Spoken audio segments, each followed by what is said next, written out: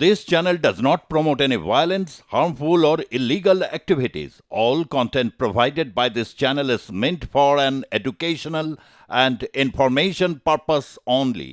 আজ থেকে শুরু হচ্ছে রাজ্য বিধানসভার বাজেট অধিবেশন এবং বাজেট অধিবেশনে সেখানে মুখ্যমন্ত্রী এবং বিরোধী দলনেতা উভয়ের উপস্থিতি থাকবে এবং তাদের বাজেট বক্তৃতায় তারা অংশ নেবেন। রাজ্যপাল সিভি আনন্দ বোসের বক্তৃতা দিয়ে কিন্তু শুরু হবে বিধানসভার বাজেট অধিবেশন। বুধবার পেশ হবে রাজ্য বাজেট। আজ থেকে রাজ্যের বিধানসভার বাজেট অধিবেশন শুরু হচ্ছে। রাজ্যপাল সিভি আনন্দ বোসের বক্তৃতা দিয়ে শুরু হবে বিধানসভার বাজেট অধিবেশন। মুখ্যমন্ত্রী এবং বিরোধী দলনেতা তারা দুজনেই কিন্তু অংশগ্রহণ করবেন বাজেট বক্তৃতায়। বুধবার পেশ হবে রাজ্য বাজেট।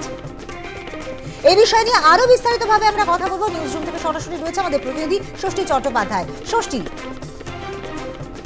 দেখো 2024-এর একেবারে শেষ বেলায় আমরা দেখেছিলাম যে শীতকালীন যে অধিবেশন হয়েছিল সেই শীতকালীন অধিবেশনে রাজ্যপাল সিভি আনন্দ বোস তিনি কিন্তু এই বাজেট অধিবেশনের আগে রাজভবন থেকে মূলত তাকে শুভেচ্ছা জানানো হয়েছিল এবং তাকে আমন্ত্রণ জানানো হয়েছিল, কিন্তু রাজভবনের পক্ষ থেকে কিন্তু স্পষ্টত কোনো ইঙ্গিত পাওয়া যায়নি।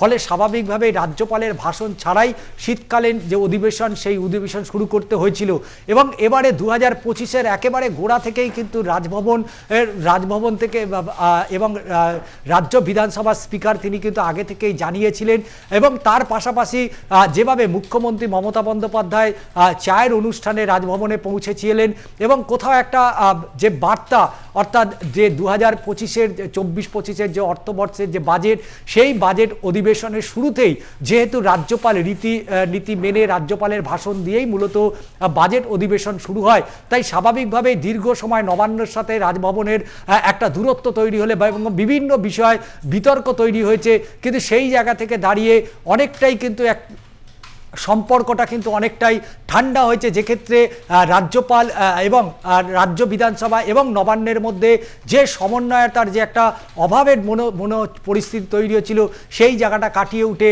রাজ্য বিধানসভা আজ থেকেই বাজেট অধিবেশন শুরু হচ্ছে এবং আগামী বুধবার রাজ্যের অর্থমন্ত্রী অর্থাৎ চন্দ্রিমা ভট্টাচার্য তিনি এবারে এই 2024-25 অর্থবর্ষের বাজেট পেশ করবেন।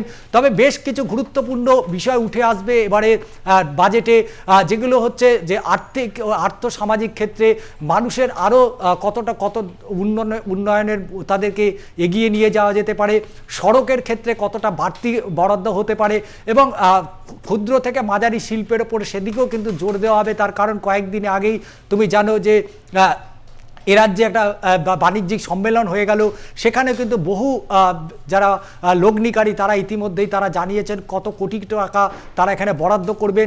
স্বাভাবিকভাবে এবারে 2024-25 অর্থবর্ষ বাজেটে অবশ্যই নজরদারি থাকবে এবং তার মধ্যে যে বিষয়টা অত্যন্ত গুরুত্বপূর্ণ সেটা হচ্ছে মূল্য বৃদ্ধির ওপরে কতটা নজর রাখবে রাজ্য সরকার, সেটাও কিন্তু একটা সাধারণ মানুষের যেমন নজর থাকবে, তার পাশাপাশি একের পর এক যে ঘটনা ঘটছে, অর্থাৎ বিভিন্ন জায়গায় মহিলাদের ওপরে যেভাবে অত্যাচার হয়েছে সেই ঘটনায় রাজ্য সরকারের পক্ষ থেকে আর কি পদক্ষেপ গ্রহণ করবে, বেআইনি নির্মাণের ক্ষেত্রে রাজ্য সরকারের পক্ষ থেকে নতুন কোনো আইন তারা আনবেন কিনা, এই বিষয়গুলো নিয়ে কিন্তু স্পষ্ট হবে যত সময় গড়াবে। তবে আজকে রাজ্যপাল এবং রাজ্যের মুখ্যমন্ত্রী মমতা বন্দ্যোপাধ্যায় তার পাশাপাশি রাজ্যের বিরোধী দলনেতা শুভেন্দু অধিকারী তাদের সকলের উপস্থিতিতেই মূলত রাজ্যপাল ডক্টর সিভি আনন্দ বোস তিনি বাজেট অধিবেশনের আগেই তার বক্তব্য পেশ করবেন।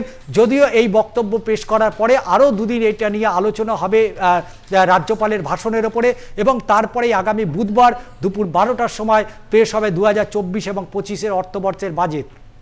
একেবারেই তাই ষষ্ঠী, কেন্দ্রীয় জনমোহিনী বাজেটের পর রাজ্যের এই বাজেট কিন্তু অত্যন্ত গুরুত্বপূর্ণ হতে চলেছে এবং যে বিষয়গুলো তুমি বলে এই খবরের দিকেও আমাদের অবশ্যই নজর থাকবে। আপাতত ধন্যবাদ তোমাকে।